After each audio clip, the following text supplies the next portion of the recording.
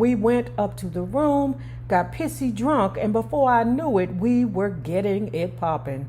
Having sex with Nas was second nature. Was getting your ass beat by Kelis second nature, bitch. I don't hear nobody out there.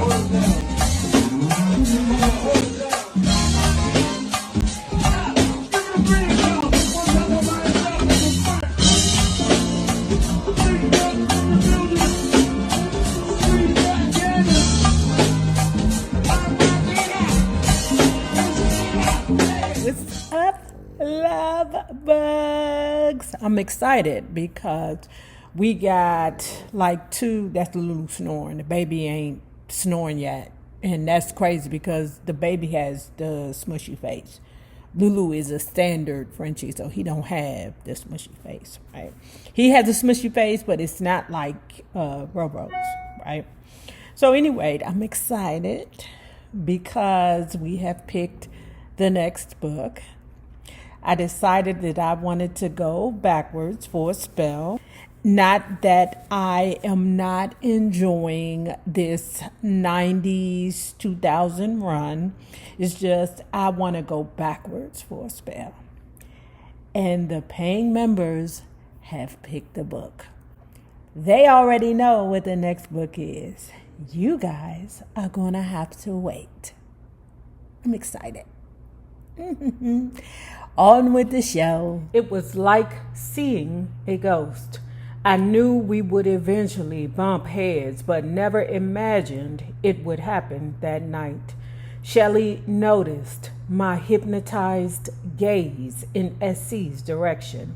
You better not say shiz to that ninja, Shelley whispered. F that ninja. Shelley, please, you ain't got to tell me. However, avoiding eye contact was a struggle since he stared at me continuously. I finally gave up and looked him dead in his eyes. What, SC? He cracked a smile, an incomprehensible grin that could have been so many different things. A smile of regret, a smile of friendship. Shelley elbowed me hard in the side and sucked her teeth. It was definitely time to hit the ladies' room. Calm, what the F was he smiling at? She yelled. I know, right? It felt so unnatural to see SC and not speak. I had to gather myself. When we came out of the bathroom, SC and Steve were gone. What a relief.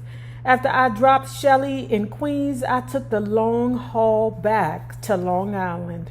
Home was on the horizon when music's Half Crazy came on the radio. Never thought that we would ever be more than friends. Now I'm all confused, 'cause for you I have deeper feelings.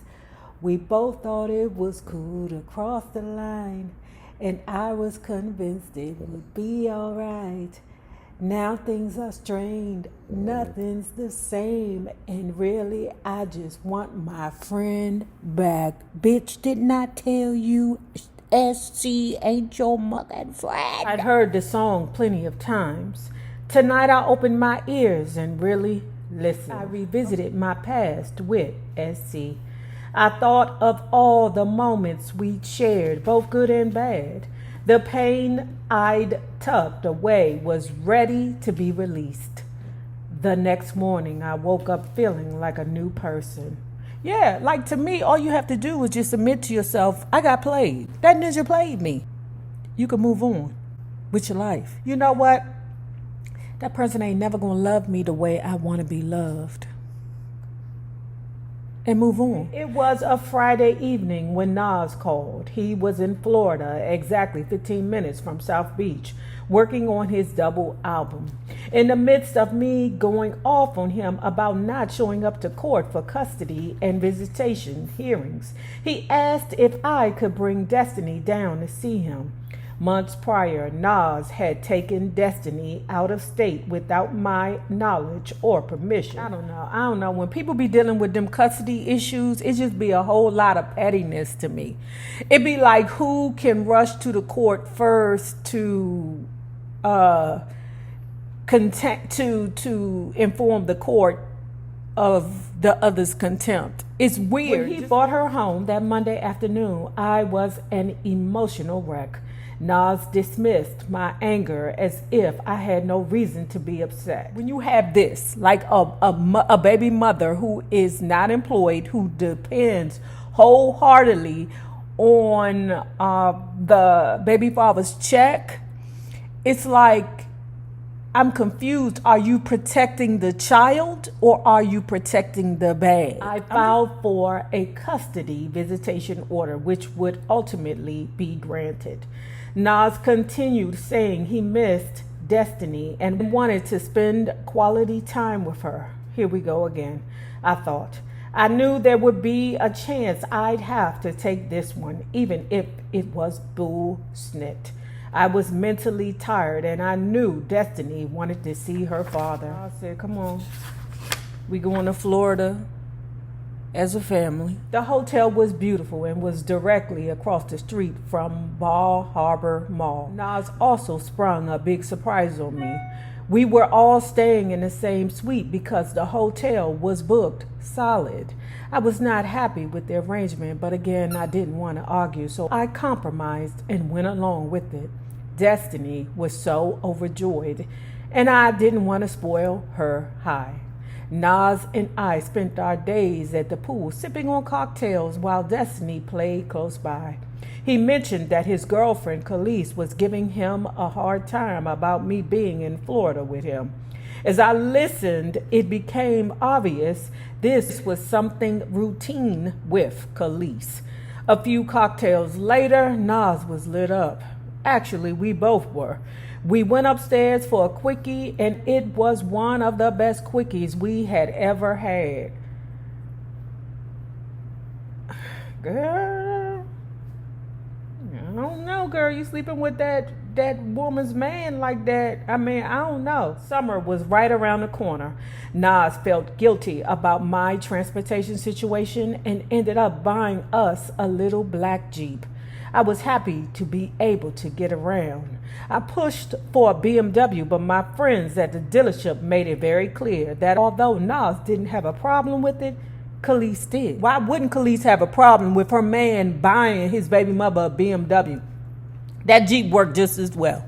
I don't understand this situation. It's like Carmen feels such a sense of entitlement. That is crazy to me. Weeks had gone by when I took a trip to New York for our court appearance. This ninja is still buying her shiz, and this bitch is still taking him to court. This bitch is still taking Nas to court, and he just bought her a Jeep. Weeks had gone by when I took a trip to New York for our court appearance. There was still the unsettled matter regarding visitation.